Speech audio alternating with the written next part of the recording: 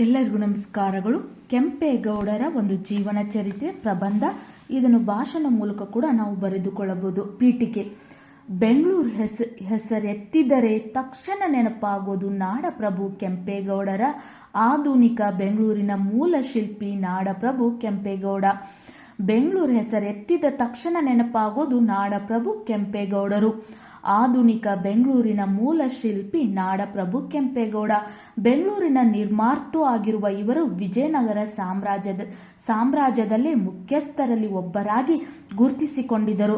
ಗೌಡ ವಂಶಸ್ಥರಾದ ಇವರು ಆ ಕಾಲದಲ್ಲಿ ಅತ್ಯಂತ ವಿದ್ಯಾವಂತ, ಯಶಸ್ವಿ ಆಡಳಿತಗಾರರಲ್ಲಿ ಒಬ್ಬರು ಎಂದು ಗುರುತಿಸಿಕೊಂಡಿದ್ದರು. ವಿವರಣೆ: ಬೆಂಗಳೂರು ಬೆಳೆಯಲು ಕೆಂಪೇಗೌಡರ ಅವರ ವಿವೇಚನ ಮತ್ತು ದೂರದೃಷ್ಟಿಯೇ ಮುಖ್ಯ ಕಾರಣ.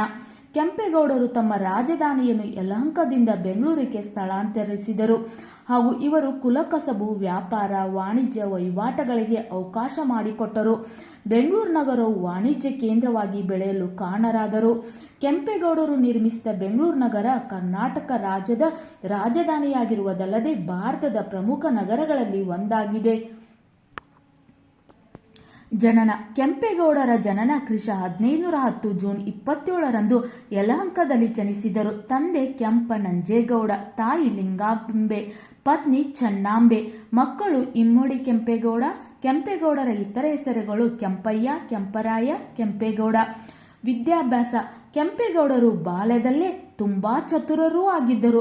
ಅವರ ಗುರುಗಳು ಮಾಧವ ಭಟ್ಟರು. ಅವರ ಕೆಂಪರಾಯನಿಗೆ ಸಾಮಾನ್ಯ ವಿದ್ಯಾರ್ಥಿಗಳ ಜೊತೆಗೆ ವಿದ್ಯಾಭ್ಯಾಸ ಮಾಡಿಸುತ್ತಾರೆ.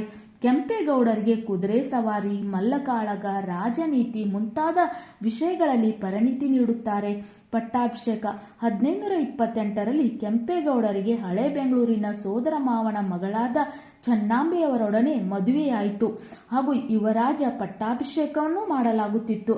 ಕೆಂಪನಂಜೇಗೌಡರು ಮಗನಿಗೆ ರಾಜ್ಯವಾಳುವ ಎಲ್ಲ ಅರ್ಹತೆ ಇದೆಯೆಂದು ತಿಳಿದು ಮಗ ಕೆಂಪೇಗೌಡರಿಗೆ 1531ರಲ್ಲಿ ನಾಡಪ್ರಭುಗಳ ಅಧಿಕಾರ ವಹಿಸಿಕೊಳ್ಳುತ್ತಾರೆ.